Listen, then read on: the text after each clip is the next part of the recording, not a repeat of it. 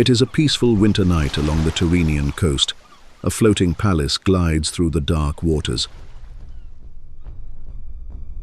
Inside, music plays, glasses clink, passengers laugh.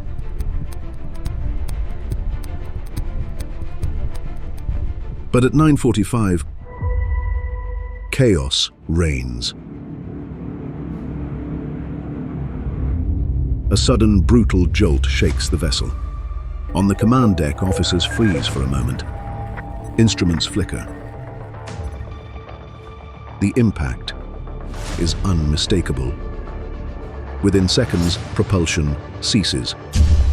Power drops out. What should have been a routine sail-past salute has transformed into a developing maritime emergency. Over the next hour, decisions, delays, and system failures will combine into one of the most extraordinary accidents in modern passenger shipping. This is the shutdown sequence of MS Costa Concordia.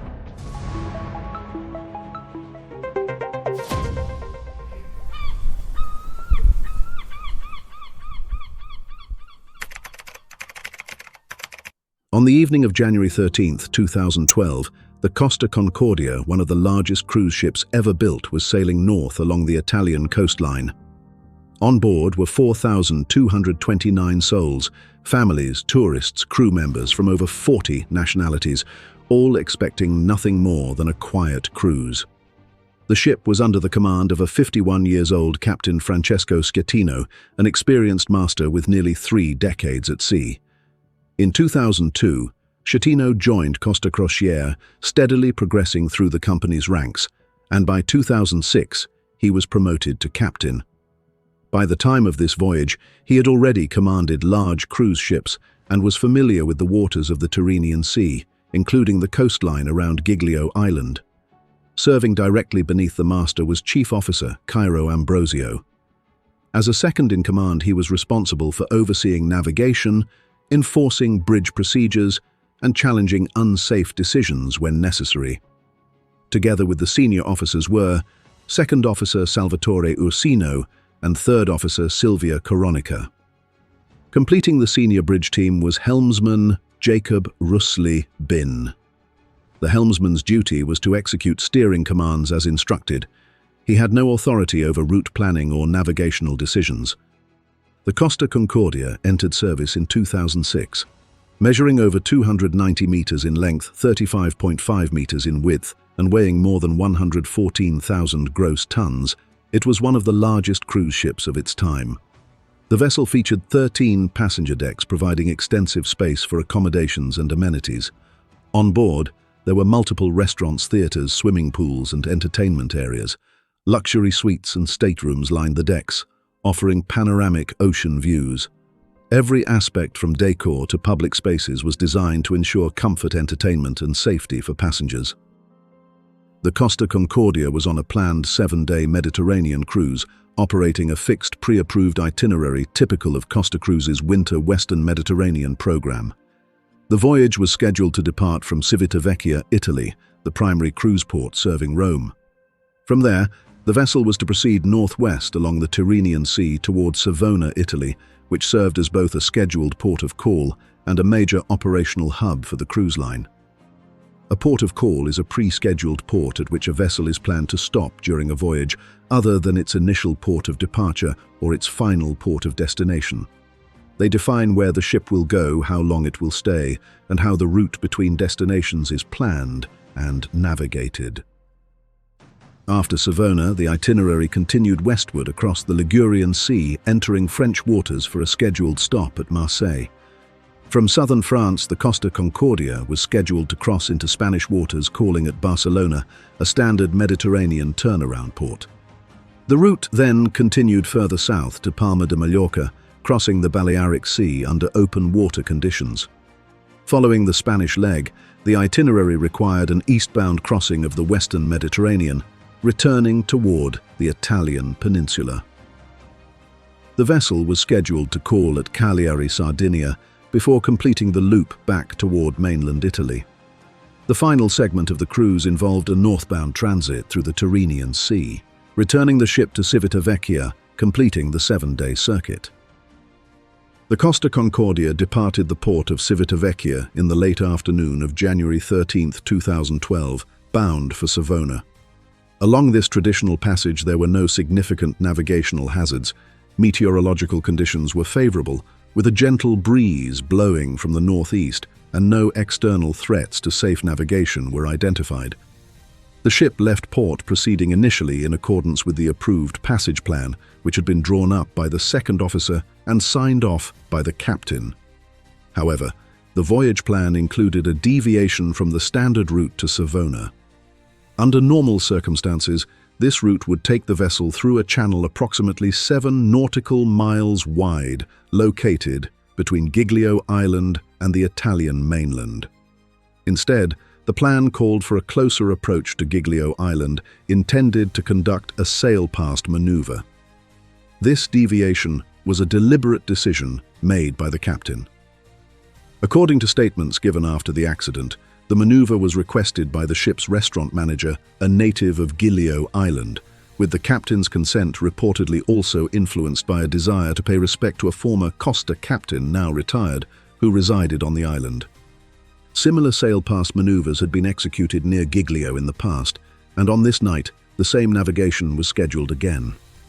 The safety margin initially established by the captain was set at half a nautical mile, approximately 1 kilometer, from the outermost point of a group of small islands located south of Giglio Island's main port.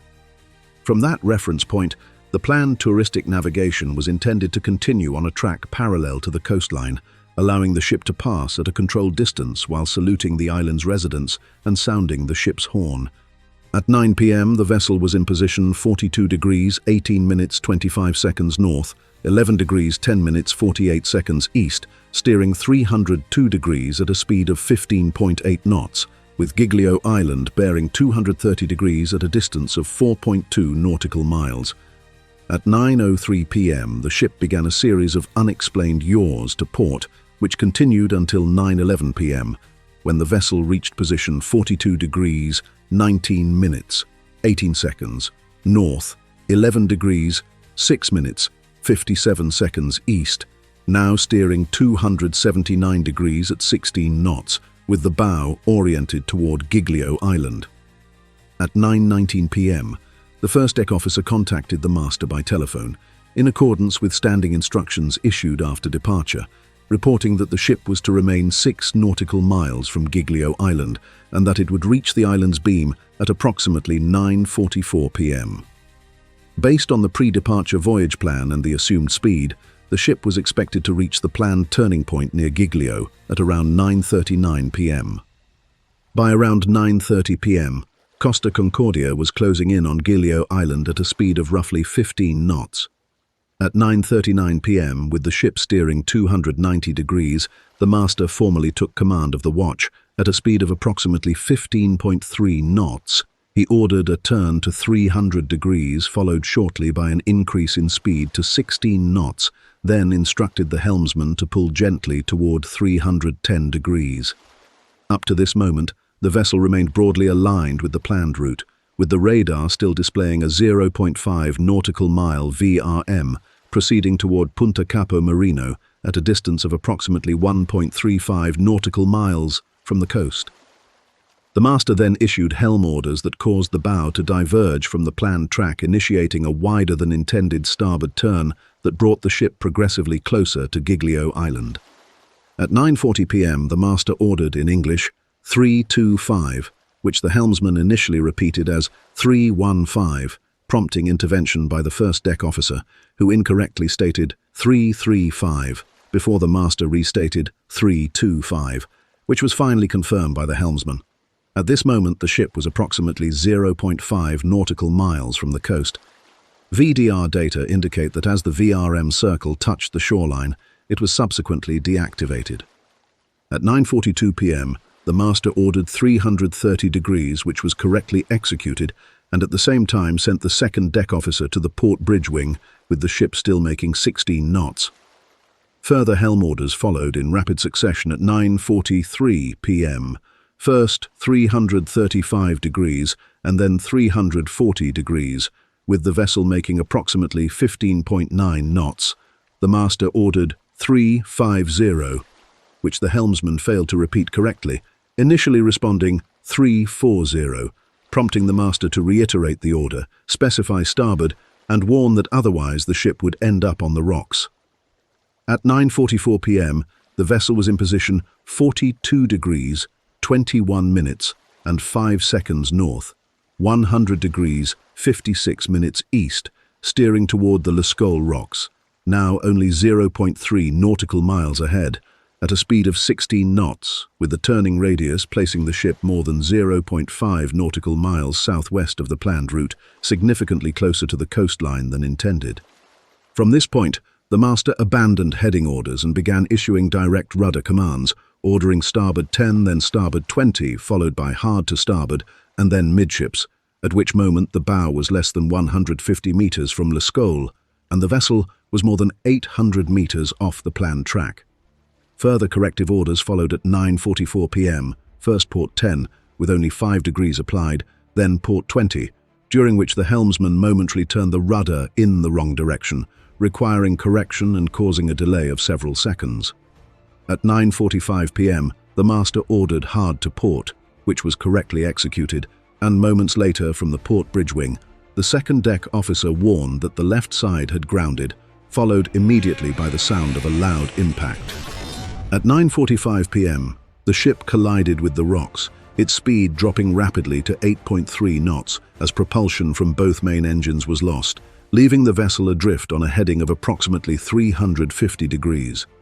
The master immediately realized the ship had struck a rock and ordered the closure of all watertight doors, both forward and aft. At 9:45 p.m., bridge audio recordings indicate the onset of a blackout with steering pumps and rudders left without electrical power. At 9:46 p.m., the emergency generator started, but it operated for only a short period and was unable to provide continuous electrical power to the ship's essential services, particularly the rudder system and bilge pumps.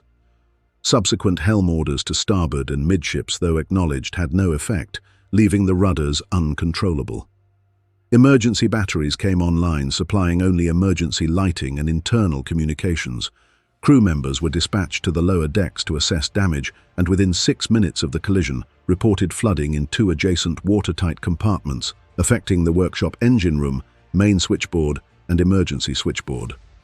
Water continued to rise, eventually reaching Deck A, as the ship developed an increasing list to port. At 9:52 p.m., the chief engineer ordered the electrician officer to start the emergency diesel generator, but difficulties arose both with the generator itself and with the emergency power grid, which failed to automatically connect to the emergency switchboard. As a result, the crew attempted to force the connection manually using a screwdriver to actuate the QEE in order to link the generator to the emergency grid. This improvised procedure was repeated 3 times but produced only intermittent results, as the generator's cooling system was not functioning due to damage to a cooling fan. This caused repeated activation of the high-temperature safety shutdown, stopping the generator each time. At 9:54 p.m., a general blackout was announced on board, while passengers were reassured that the situation was under control and that technicians were working to restore power. At approximately 9:55 p.m., the deputy chief engineer entered the electric engine control room and confirmed that the local propulsion motor compartment was flooded, indicating that at least 3 watertight compartments were compromised. Although the ship was designed under SOLAS requirements to survive flooding of 2 adjacent compartments, no SAR organization was contacted at this stage. Bridge instrumentation remained largely operational thanks to dedicated battery systems. At 9:57 p.m., the master made his first telephone contact with the company, informing the fleet crisis coordinator that the ship had struck a rock on the port side near the stern, describing the dynamics of the accident and stating that the propellers were not damaged and that damage was still being assessed. He also reported a blackout and water ingress in the stern that had reached the main electrical panel.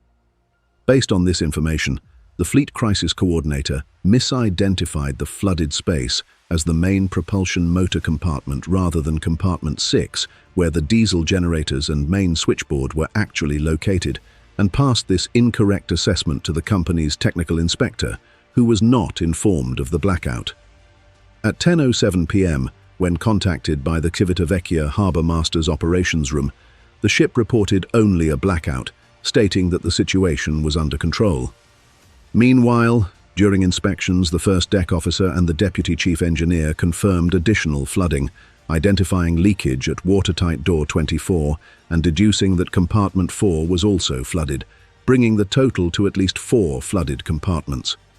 At 10:05 p.m., the Fleet Crisis Coordinator again received reassuring information from the master, including that only a blackout had been reported to port authorities, while, at the same time, SAR organizations were receiving independent reports from passengers via relatives ashore. By 10:18 p.m., engine control personnel reported a total loss of automation with no pumps or stability systems operable, a condition relayed to the bridge. Around 10:11 p.m., the ship was nearly motionless, then began to drift, its bow slowly swinging to starboard under wind and rudder forces, and by 10:12 p.m., it was identified near Punta Lazaretto, still reporting blackout and ongoing checks without requesting assistance. Between 10:10 and 10:15 p.m., the ship's list shifted from port to starboard. At 10:18 p.m., the master informed the company that the emergency generator was unreliable and that at least 2 generator compartments were flooded, believing the ship could survive this condition despite the reality of multiple flooded compartments, loss of propulsion, unstable power and inoperative bilge systems, while no general emergency had yet been declared and no direct contact with national SAR authorities had been made. Back on the bridge, confusion and hesitation slowed the response. There were concerns that sounding the alarm too early might trigger panic among the thousands of people on board, but the delay meant that passengers received no formal instruction to muster. Many remained in lounges, cabins and dining rooms, waiting for information that never arrived, while others moved toward lifeboat stations on their own, guided by instinct rather than orders.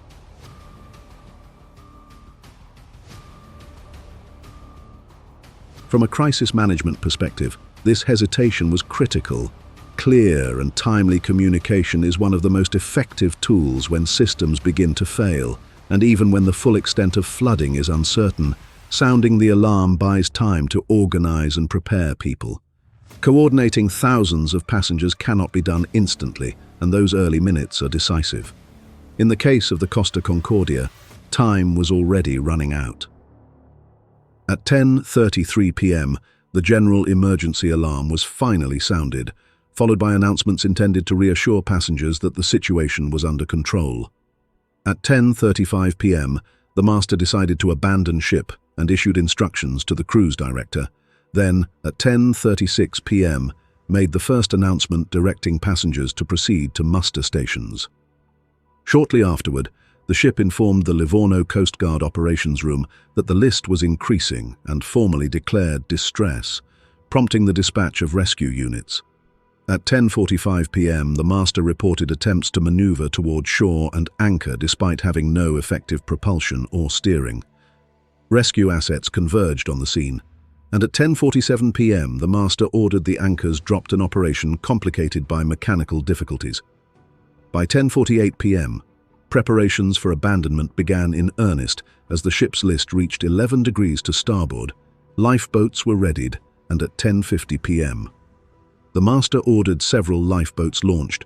After continued hesitation, the formal abandon ship order was finally announced over the public address system at 10:54 p.m., and by 10:55 p.m., lifeboats carrying passengers were being lowered. At 10:57 p.m., the company and authorities were informed that evacuation was underway, and by 11:10 p.m., the first lifeboats reached Giglio Harbour, assisted by SAR units and nearby vessels. As the night progressed, the ship's list increased rapidly beyond 25 degrees, and in his final communications with the company between 11:11 p.m. and 11:14 p.m., the master continued to describe the situation as less severe than it actually was. At 11:16 p.m., he ordered personnel to take radios and move toward the lifeboats, and at 11:19 p.m. instructed those remaining to proceed to the external bridge, marking the last communication recorded by the voyage data recorder, with only a small group of officers still present on the bridge. At 11:19 p.m., The bridge was abandoned by all personnel except the second master, who remained to coordinate the evacuation. His last recorded communication occurred at 11:32 p.m., and by 11:33 p.m. the bridge was fully abandoned. By 11:38 p.m., approximately 300 people, including passengers and crew, were still on board. At 12:36 a.m., about 80 people remained on board, while the master was no longer on the ship but ashore. At 12:42 a.m., he informed the operations room that he was in a lifeboat with other officers and was instructed to return on board to coordinate evacuation. At 1:11 a.m., the master stated that he remained on the island, claiming he had been forced to disembark due to the severe list, and was later ordered by authorities to return to the ship to provide a situation report.